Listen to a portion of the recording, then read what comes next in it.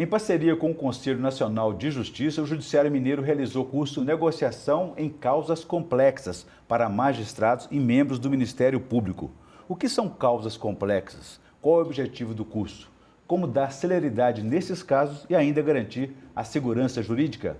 Esses são os principais temas do Pensamento Jurídico de hoje, uma produção da Associação dos Magistrados Mineiros. Para falar sobre o assunto, nós vamos conversar com a juíza Perla Saliba Brito, da Primeira Vara Civil, Criminal e Infância e Juventude da comarca de Brumadinho, na região metropolitana de Belo Horizonte, em mais um programa da série que homenageia as magistradas no Mês Internacional da Mulher. Doutora Perla é magistrada há 13 anos e já passou por 5 comarcas: Sete Lagoas, Nova Lima, Belo Horizonte, Vespasiano e Brumadinho, onde está há 6 anos como titular. Doutora Perla, obrigado pela presença, é um prazer recebê-la aqui no Pensamento Jurídico. Nós teremos também o quadro Pensamento Literário, só fará indicações de leitura para os nossos telespectadores. Não teremos o quadro Pensamento Universitário, porque os estudantes ainda não estão mobilizados aí após o Carnaval para participar do nosso programa. Mas muito bem, nossas questões então, a gente começa sobre esse curso que a senhora participou no mês de março, que é o curso de negociação em causas complexas. O que vem a ser essas causas complexas? Sim, bem, esse curso ele foi realizado na última sexta-feira e no sábado. Foi uma iniciativa do CNJ em parceria com o CNMP, que é o Conselho Nacional do Ministério Público, o Conselho Nacional de Justiça. Isso. Né? Quem está à frente da organização desse curso é a doutora Maria Tereza Willi, conselheira do CNJ, que inclusive estava presente no curso. Que é uma procuradora do Paraná. Isso, ela é procuradora de Justiça, foi procuradora-geral de Justiça, secretária de Estado de Justiça, enfim, uma pessoa extremamente capacitada e que essa parceria é o primeiro curso de vários que irão se realizar em busca do aperfeiçoamento do Sistema Nacional de Justiça para a atuação das justiças, né, do Ministério Público nessas causas complexas.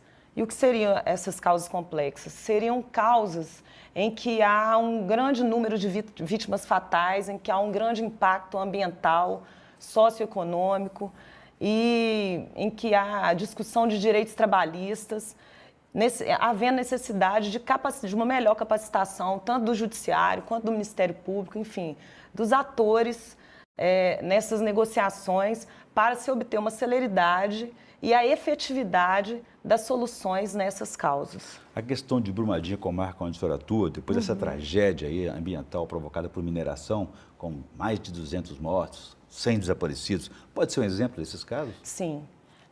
O caso de Brumadinho, o caso da Boate Kiss, sim, né? Rio Grande do o caso Sul, de né? Mariana, sim. O caso de Mariana, né? Que houve o rompimento da barragem em 2015. São exemplos clássicos de causas complexas em que há vários temas a serem discutidos, solucionados, várias situações emergenciais que merecem um atendimento rápido e efetivo e, né, na busca da solução dos conflitos, enfim. Esse tipo de causa que merece uma maior atenção e agora o Judiciário, o Ministério Público, né, as pessoas atuantes nessas situações estão voltadas aí para esse aperfeiçoamento, com vistas a dar maior celeridade, uma resposta rápida e efetiva, satisfatória à sociedade com relação a esses episódios. É como se montássemos uma estrutura para lidar com as crises, né? Sim. De que forma isso pode ajudar a senhora, por exemplo, lá em Brumadinho? Olha, com certeza é uma situação atípica, né? Absolutamente atípica esse tipo de situação. Então, essa preparação e esse norte que foi dado, né, para os participantes do curso, que contou aí com a participação de todos os âmbitos da justiça, foi um momento muito emblemático em razão disso, porque houve a participação da Justiça Estadual, da Justiça Federal, do Ministério Público Federal, do Ministério Público Estadual, do Ministério Público do Trabalho, da Justiça do Trabalho, né, todos que estão atuando aí, que vão atuar nessa causa. Essa capacitação, esse aprimoramento nos dá mais segurança e transmite uma maior segurança àquelas pessoas que irão receber, né, que vão participar dessas negociações. Desses conflitos, Exatamente. Quer dizer, são situações que trazem sempre um desafio muito grande na estabilidade e também na segurança jurídica, né? Dessas decisões que serão tomadas a partir de agora, né? Com certeza, sem dúvida alguma. Com relação à segurança jurídica, o que a gente busca é uma solução, né, com relação à celeridade. O que vamos buscar, dar prioridade, são as soluções consensuais dos conflitos apresentados, né? E a solução consensual, ela além de implicar numa maior celeridade na resposta que o jurisdicionado espera, né, diante de uma situação, diante de um conflito de interesse, ela tem vários outros benefícios. Por quê? Porque é mais célere, porque ele vai ter o acordo, o diálogo entre as partes envolvidas. Evita o recurso em outra instância? Exatamente. A situação é resolvida ali, em um único ato, mediante o diálogo entre as partes devidamente empoderadas, né? E isso dá uma sensação de maior efetividade ao acordo, decisão, à né? homologação daquele acordo. Por quê? Porque as próprias partes, em comum acordo, chegaram a uma solução do conflito de interesse. Muito bem. Doutora Pera, vou fazer um intervalo para esse nosso primeiro bloco. Em seguida, eu gostaria que a senhora tratasse para a gente no próximo bloco da questão quais seriam os instrumentos a serem utilizados para chegar a essa solução consensual. A gente volta então em instantes.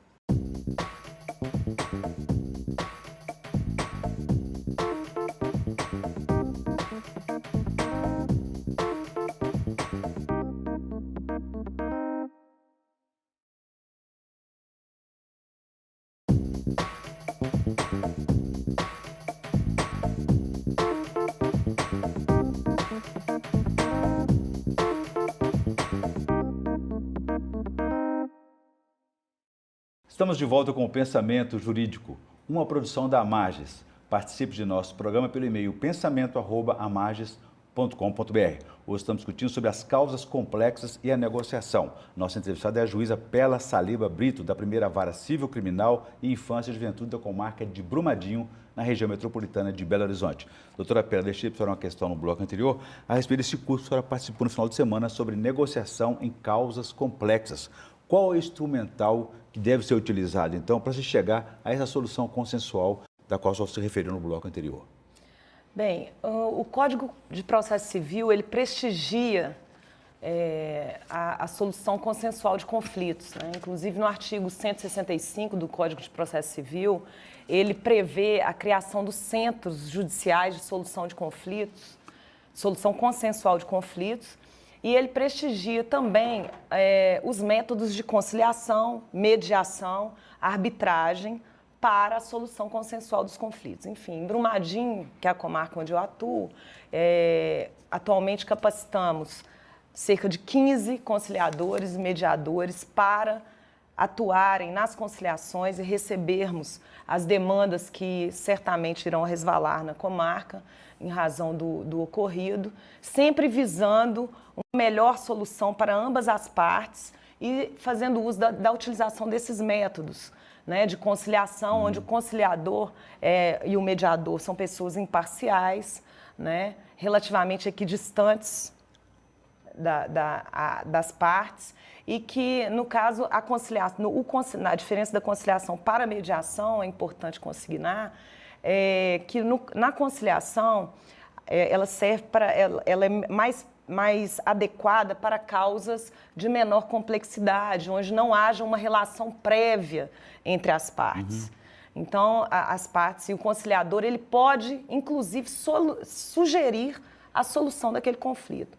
Ao contrário da mediação, em que há uma relação prévia, há uma relação continuada entre as partes, né? Por exemplo, causas envolvendo direito de família. Né? Casais em conflito, exatamente. Né? No outro caso anterior, seriam consumidores, por exemplo, com operadoras de telefonia, por exemplo, bancos, né? Exatamente. E na mediação, o mediador, ele não, é importante que ele não sugira nenhuma solução para aquele conflito. Ele apenas direciona as partes e elas mesmas nasce espontaneamente entram em comum acordo, e isso é muito satisfatório, não só pela celeridade, mas porque elas têm a sensação de realmente estar solucionando, pacificando aquela situação. Aliás, esses métodos aí que a senhora se referiu, eles têm sido a grande novidade no judiciário para reduzir aí o excesso de litigiosidade, né? Isso pode reduzir essa cultura de conflitos também na sociedade? Sem dúvida. Infelizmente, nós temos a cultura da sentença, né? As pessoas têm em mente que uma sentença, uma ação judicial e com posterior sentença, né, com produção de provas, enfim, o processo, todo o procedimento judicial, ela seria a solução mais adequada para aquele conflito. E a gente tem visto que isso não corresponde com a verdade. Já no caso de grandes causas complexas assim, seria o caminho tradicional não resolve? Não tem. As vias tradicionais não têm solucionado os problemas. Né? Muito pelo contrário, processo, há uma demora. Né? Processo judicial. Exato. Há manobras processuais, enfim, tem todo um procedimento a ser seguido, ao contrário dos métodos de solução consensual, em que, em um único ato, se resolve o problema, se soluciona a questão. E as partes saem, embora ambas tenham que fazer concessões e abrir mão de parte dos seus alegados direitos, as duas saem dali com uma solução e ganhando, né? Entendi. Ganhando em vários aspectos. Além dessa novidade, é uma mudança muito forte do paradigma, porque a formação dos magistrados, das magistradas, sempre foi voltada para a legislação para tomar decisão, né? Sim, com certeza. Mas a visão do judiciário, ela tem sido totalmente voltada agora para a solução dos consensual.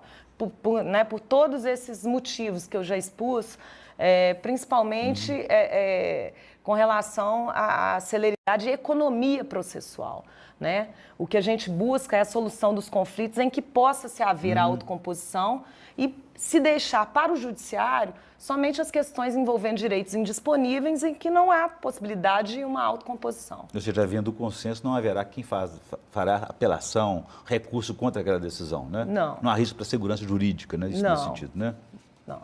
Isso está afastado. Perfeito. Doutora Piera, agora só como a senhora participou desse curso aí, final de semana, né? A respeito desse assunto aí, a formação continuada tem sido uma busca, assim, uma obsessão quase constante no judiciário. Isso é importante para atualizar, estar sempre presente diante de demandas que surgem na sociedade? Sem dúvida. O juiz, como transformador social que né, a função jurisdicional é aplicar o direito ao caso concreto que lhe é apresentado. Né? E o direito está constantemente em mudança, até mesmo porque ele tem que acompanhar a realidade social. Né? Então, esse aperfeiçoamento, aprimoramento dos magistrados, ele é de suma importância para o exercício da magistratura, para o exercício da atividade jurisdicional. Eu tenho notado que às vezes surgem críticas aí de ativismo judicial, judicialização excessiva, até injustas contra o judiciário, mas a gente percebe que o judiciário tem um papel muito importante nesses grandes conflitos, até porque houve omissão de alguém antes para que o judiciário tenha que ter o seu papel nessa hora, né? Sem dúvida. As pessoas envolvidas nesses conflitos, elas têm o direito direito constitucionalmente assegurado de acesso à justiça, né? Então, toda pessoa que tem um conflito, uma lesão, ameaça a lesão, tem o direito de entrar com a ação, enfim. O judiciário não tem que se eximir da apreciação dessas causas.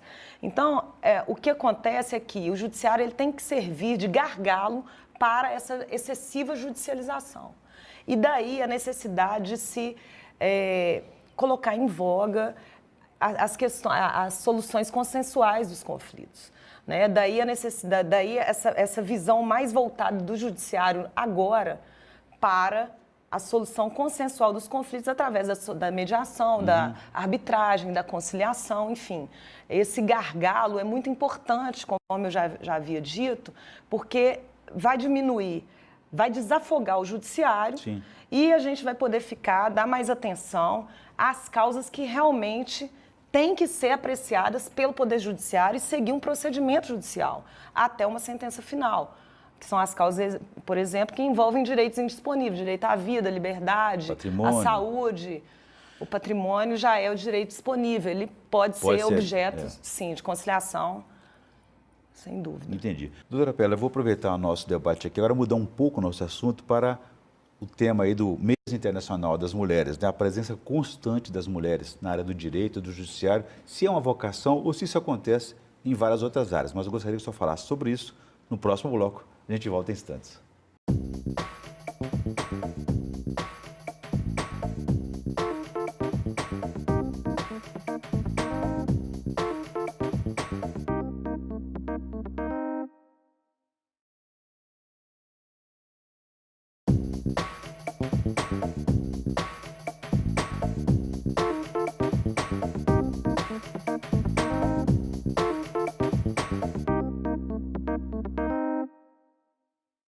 Estamos de volta com o Pensamento Jurídico, uma produção da Amages. Hoje estamos discutindo sobre as negociações em causas complexas, no primeiro e segundo bloco. Agora vamos falar um pouco sobre a presença da mulher no judiciário, no direito, nesse mês aí internacional da mulher, da magistrada. A nossa entrevistada é a juíza Pérola Saliba Brito, que é da primeira vara civil, criminal e infância e juventude da comarca de Brumadinho, na região metropolitana de Belo Horizonte. Doutora Pérola, deixei para você uma questão no bloco anterior a respeito dessa presença crescente da mulher no direito, no judiciário, se é uma vocação ou não nesse sentido, ou se isso acontece em todas as áreas.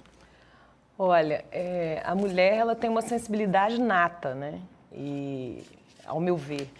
E eu acredito que essa vocação, que seja uma vocação sim, porque a habilidade relacional da mulher, no meu entendimento, ela é maior que a do homem, né? A neurociência já comprovou que o cérebro masculino e o feminino são distintos, né? E há estudos que revelam que o cérebro, que o homem ele tem mais facilidade para análise de cálculos e a mulher mais facilidade em lidar com as pessoas, com os relacionamentos. Então, Objetivo, subjetivo? Sim. E eu acho que essa questão, essa sensibilidade, essa facilidade, essa habilidade de se relacionar, ela tem tudo a ver com o direito, né? A gente lida com relações humanas. E o fato, tendo a mulher essa habilidade, resvala aí na vocação para a atuação jurisdicional, a atuação na área jurídica, que envolve um leque muito grande de atuação, né? Mas sempre envolvendo as relações humanas. Até mesmo na gestão, até que o homem não reconheceu muito bem isso não, mas a mulher consegue acumular várias jornadas em casa, na família, no trabalho. Sem dúvida, nós somos multifuncionais, né? Essa capacidade, esse dinamismo, proatividade da mulher, ela é nata, né? Além de ser forte, né? Fica parecendo até que eu estou puxando assim para o lado feminino, né? Sem querer de forma alguma menosprezar o masculino, mas todos precisam reconhecer nesse mesmo. Estou ressaltando, claro, estou ressaltando esse lado da mulher que é realmente multifuncional. A gente tem uma visão periférica das situações e dá conta de resolver, às vezes, mais de uma situação ao mesmo tempo. Então, essa habilidade, ela é muito importante, inclusive na área jurídica, né? Em que a gente lida com pessoas, com situações trágicas, com situações, na maioria das vezes, situações tristes. Enfim, essa habilidade, essa sensibilidade da mulher é de extrema importância. E não faltam exemplos, né? Agora, a experiência pessoal da senhora, o que a levou a optar pelo direito, pelo judiciário? Alguma influência na família? Como é que nasceu essa disposição para o judiciário? Não, na verdade, quando eu optei por fazer direito, eu sempre tive muita facilidade de me relacionar com as pessoas, assim, de conversar, sempre fui muito sociável. Eu gosto de me relacionar, gosto de conversar, de saber da vida da pessoa, enfim.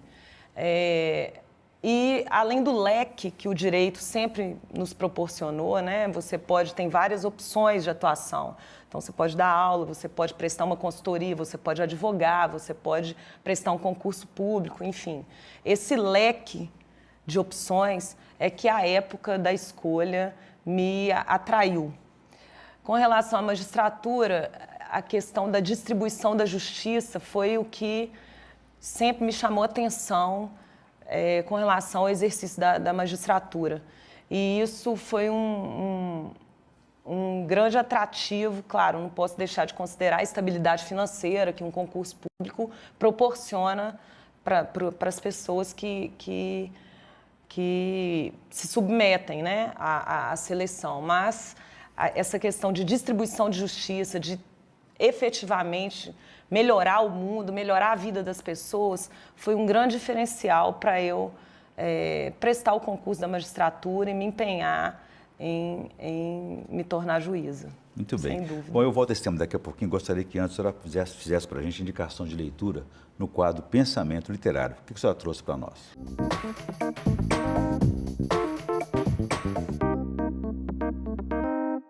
Eu trouxe um livro que se chama O Mestre dos Mestres, do Augusto Cury. Esse livro ele marcou muito a minha vida.